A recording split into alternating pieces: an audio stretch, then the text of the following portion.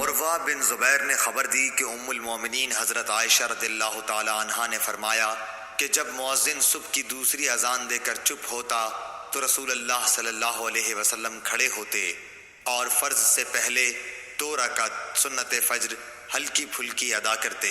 صبح صادق روشن ہو جانے کے بعد پھر داہنی کروٹ پر لیٹ رہتے یہاں تک کہ مؤذن تکبیر کہنے کی اطلاع دینے کے لیے آپ کے پاس آتا۔ صحیح بخاری حدیث نمبر 626۔ عبداللہ بن بریدہ نے عبداللہ بن مغفل رضی اللہ تعالی عنہ سے روایت کیا ہے کہ نبی کریم صلی اللہ علیہ وسلم نے فرمایا کہ ہر 2 اذان و تکبیر کے بیچ میں نماز ہے، ہر 2 اذانوں کے درمیان نماز ہے۔ پھر تیسری مرتبہ آپ نے فرمایا کہ اگر کوئی پڑھنا چاہے۔ صحیح بخاری حدیث نمبر 627۔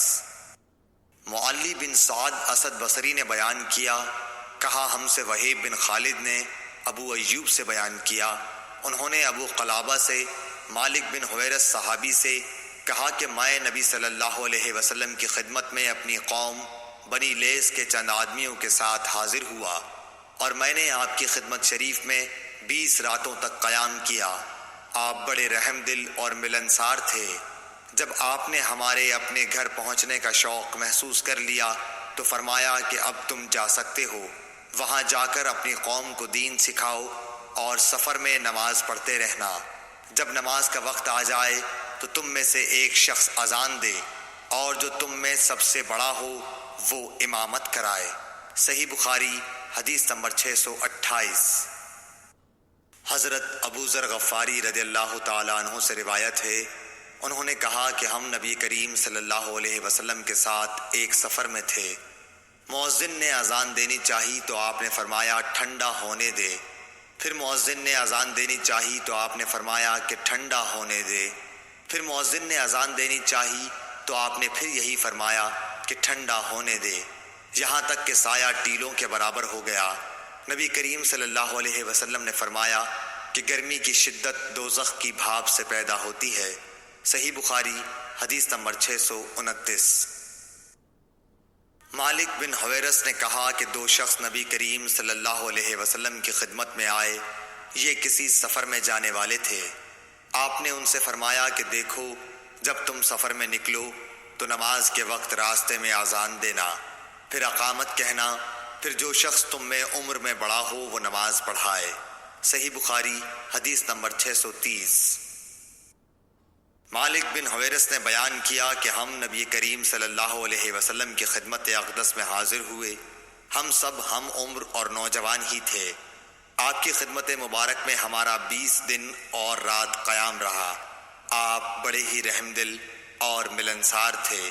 جب آپ نے دیکھا کہ ہمیں اپنے وطن واپس جانے کا شوق ہے تو آپ نے پوچھا کہ تم لوگ اپنے گھر کسے چھوڑ کر آئے ہو؟ ہم نے بتایا۔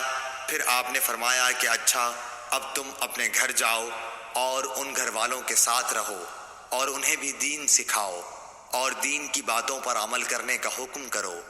مالک نے بہت چیزوں کا ذکر کیا جن کے متعلق ابو ایوب نے کہا کہ ابو قلابہ نے یوں کہا، وہ باتیں مجھ کو یاد ہیں، یا یوں کہا مجھ کو یاد نہیں۔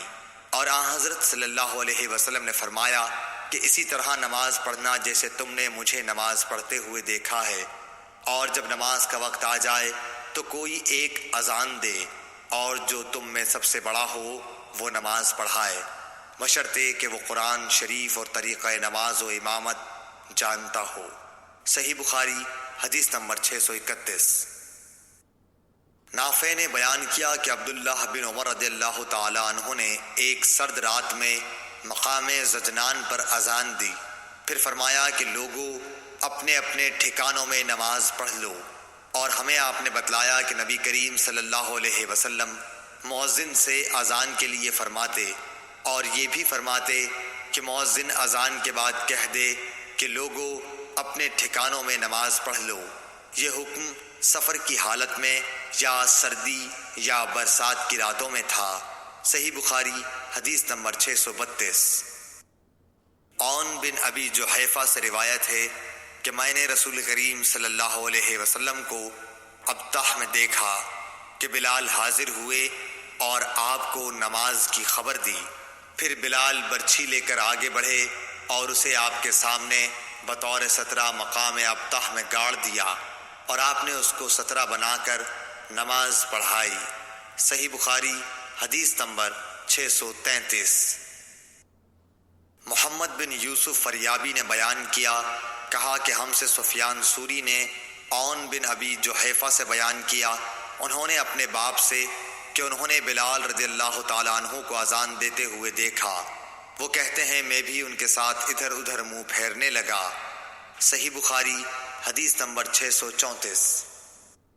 ابو قتادہ رضی اللہ تعالیٰ عنہ نے کہا کہ ہم نبی کریم صلی اللہ علیہ وسلم کے ساتھ نماز میں تھے، آپ نے کچھ لوگوں کے چلنے پھرنے اور بولنے کی آواز سنی۔ نماز کے بعد آپ نے دریافت کیا کہ کیا قصہ ہے؟ لوگوں نے کہا کہ ہم نماز کے لیے جلدی کر رہے تھے، آپ نے فرمایا کہ ایسا نہ کرو، بلکہ جب تم نماز کے لیے آؤ تو وقار اور سکون کو ملحوظ رکھو، نماز کا جو حصہ پاؤ اسے پڑھو، اور جو رہ جائے اسے بعد میں پورا کر لو۔ صحیح بخاری حدیث نمبر 635۔ ابو ہریرہ رضی اللہ تعالیٰ عنہ سے روایت ہے، انہوں نے نبی کریم صلی اللہ علیہ وسلم سے، دوسری سند اور ظاہری نے ابو سلمہ سے، انہوں نے ابو ہریرہ رضی اللہ تعالیٰ عنہ سے، انہوں نے نبی کریم صلی اللہ علیہ وسلم سے، آپ نے فرمایا تم لوگ تکبیر کی آواز سن لو تو نماز کے لیے معمولی چال سے چل پڑو، سکون اور وقار کو بہرحال لازم پکڑے رکھو اور دوڑ کے مت آؤ، پھر نماز کا جو حصہ ملے اسے پڑھ لو، اور جو نہ مل سکے اسے بعد میں پورا کر لو۔ صحیح بخاری حدیث نمبر 636۔ حشام دستوائی نے بیان کیا، کہا مجھے یحییٰ نے عبد الوہاب بن ابی قتادہ سے یہ حدیث لکھ کر بھیجی کہ وہ اپنے باپ سے بیان کرتے تھے کہ رسول اللہ صلی اللہ علیہ وسلم نے فرمایا کہ جب نماز کے لیے تکبیر کہی جائے تو اس وقت تک نہ کھڑے ہو جب تک مجھے نکلتے ہوئے نہ دیکھ لو۔ صحیح بخاری حدیث نمبر 637۔